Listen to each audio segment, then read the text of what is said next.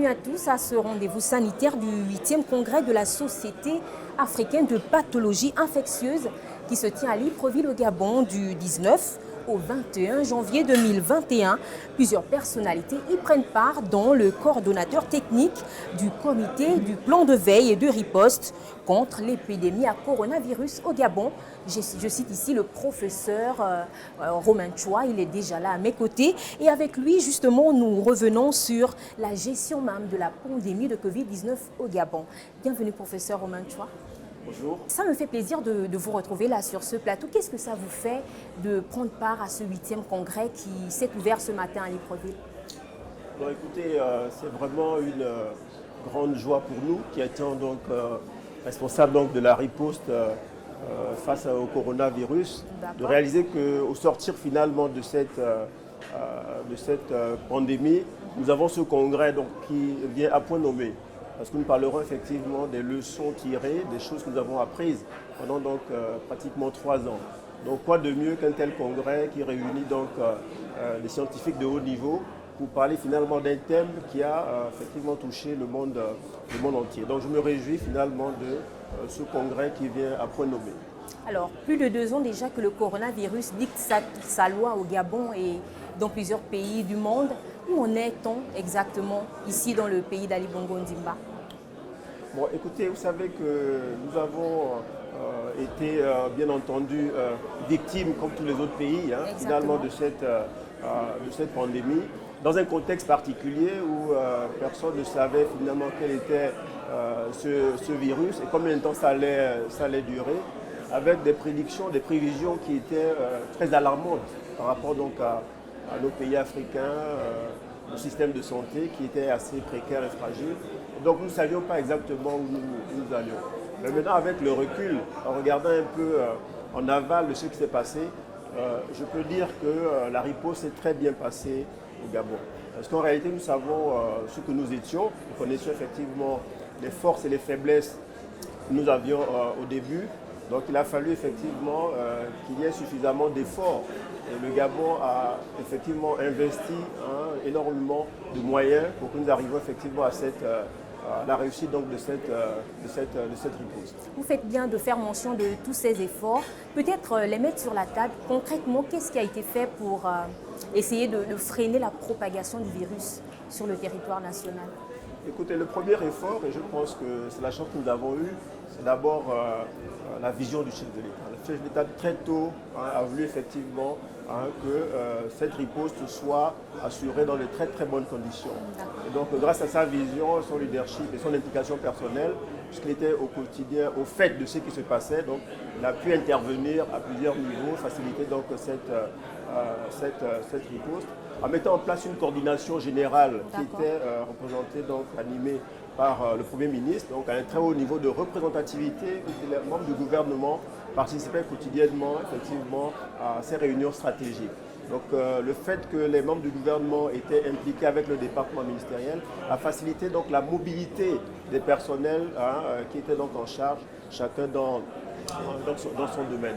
En dehors de la coordination générale, vous avez donc la coordination technique, effectivement, qui disposait de sous-commissions nationales qui étaient donc représentées au niveau central dans tous les domaines donc, de la riposte, mais également des sous-commissions provinciales. Donc une architecture, je dirais, nationale, centralisée et effectivement au niveau des provinces qui étaient donc bien représentées, qui faisait qu'on avait au quotidien effectivement les données, les informations dont nous avons besoin pour pouvoir répondre efficacement.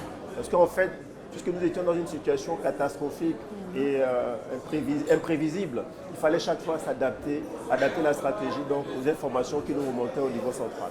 Avec vous, on comprend bien que les autorités gabonaises ont été mobilisées, se sont mobilisées pour qu'il y ait une riposte assez forte, tant à Libreville, la capitale, qu'à l'intérieur du pays, comme plusieurs autres, chercher à atteindre l'immunité collective. L'a-t-on atteint finalement? Alors écoutez, bon, le Gabon c'est 2 millions d'habitants.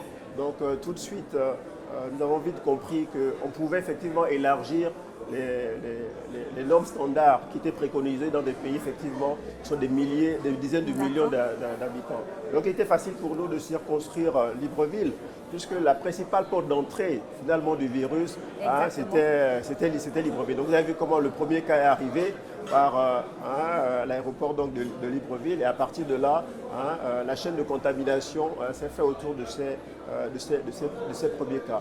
Donc, si vous voulez, en maîtrisant donc Libreville avec donc un dispositif qui était assez, disons, contraignant, donc on a pu quand même freiner la propagation du virus à l'intérieur. Donc, les chiffres, en fait, ce qui est intéressant, c'est pas trop les chiffres absolus. D'accord, mais c'est les tendances. Vous avez vu effectivement ces différentes vagues. Donc on a quand même 4 vagues et une pseudo-5e vague qui commençait la dernière. On a vu effectivement comment ça évoluait, comment ça montait, comment ça tenait le pic et comment ça diminuait. Donc nos stratégies ont été adaptées par rapport effectivement à cette surveillance épidémiologique de qualité qui avait mis en place pour que nous répondions présents effectivement à cette situation. Il y a une chose qui est aujourd'hui perceptible, c'est le nombre de décès.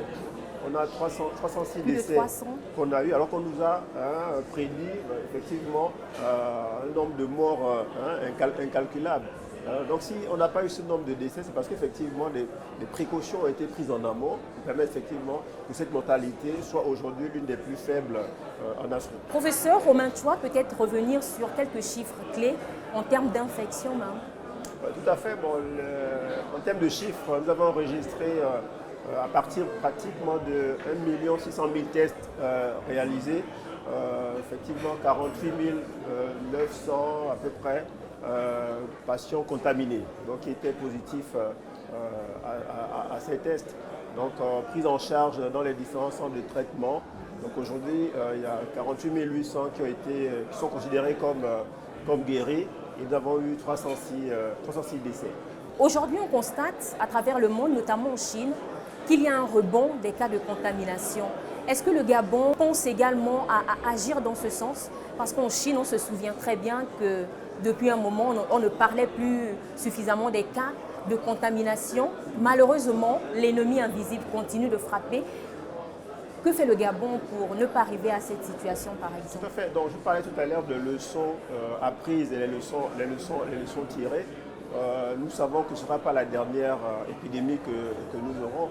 Donc, les dispositions qui ont été prises justement en post-pandémie, il y a la préparation, il y a l'intervention pendant et après, d'accord, montrent qu'effectivement les dispositions qui sont mises en place permettent, en cas effectivement d'apparition de syndromes nouveaux de type coronavirus, effectivement les services compétents sauront effectivement, bien entendu, dans la stratégie de dépister, dans la stratégie d'isoler, de traiter, de prendre ces cas en charge. Donc nous n'avons aucune inquiétude par rapport à ça. Nous avons une cellule de veille épidémiologique effectivement qui nous remonte les données au quotidien et dans le cas d'espèces, nous prenons donc les dispositions habituelles par rapport à ce genre de choses. Il n'y a donc pas de quoi s'inquiéter, le Gabon est suffisamment armé au cas où des cas de contamination revenaient à prendre le dessus. Sans trop trahir effectivement la suite de cette pandémie, c'est que nous n'aurons plus le même dispositif que nous avions par le passé. Nous sommes en train donc d'hériter de l'ancien hôpital pédiatrique d'Ovendo qui va devenir l'Institut de maladies infectieuses, donc avec le laboratoire de virologie comme celui qui est à Gaouma qui sera transféré là-bas. Donc c'est sûr que tous ces cas seront pris en charge dans cet institut et la création du centre des opérations des urgences de santé publique qui fera en sorte que le dispositif sera mieux que celui qui a été. Donc il n'y a pas d'inquiétude dans ce sens par rapport à l'avenir. Et les gens ont été formés, donc on ne sera plus dans la même situation où il fallait effectivement tester les équipes. Les équipes sont formées, elles existent, donc elles seront mises en action rapidement. L'Organisation mondiale de la santé soutient que chaque pays doit désormais apprendre à vivre avec le coronavirus. Affirmez-vous que le Gabon est suffisamment prêt pour apprendre à vivre avec ce virus? Absolument. Je pense que la sensibilisation se poursuit hein, et elle continue. Il faut justement ne pas baisser la garde et continuer à dire effectivement, de la même manière que le virus est entré au Gabon en 2020, le virus peut revenir et donc circuler et ne pas hésiter effectivement à contacter effectivement les services compétents donc en cas de symptômes pour qu'on fasse la différence entre quel type de virus hein, et les grippes saisonnières par exemple.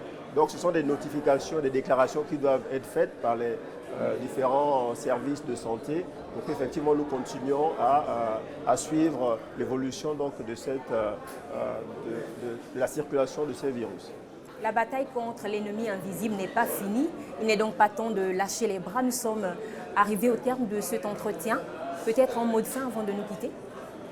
Le mot de fin que je peux dire, c'est que effectivement, nous n'étions pas tous égaux hein, au début donc, de la pandémie. Donc tous les pays n'étaient pas au même niveau. Il y avait des pays qui avaient plus de moyens, qui avaient des équipes déjà formées, qui avaient des masques, qui avaient des respirateurs.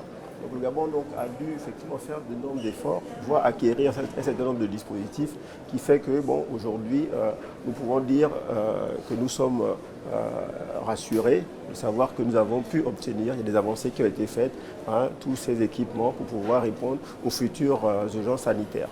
Et c'est avec ces mots du professeur Romain Choua, le coordonnateur technique du comité de plan de veille et de riposte contre l'épidémie à coronavirus au Gabon, que se referme cette interview.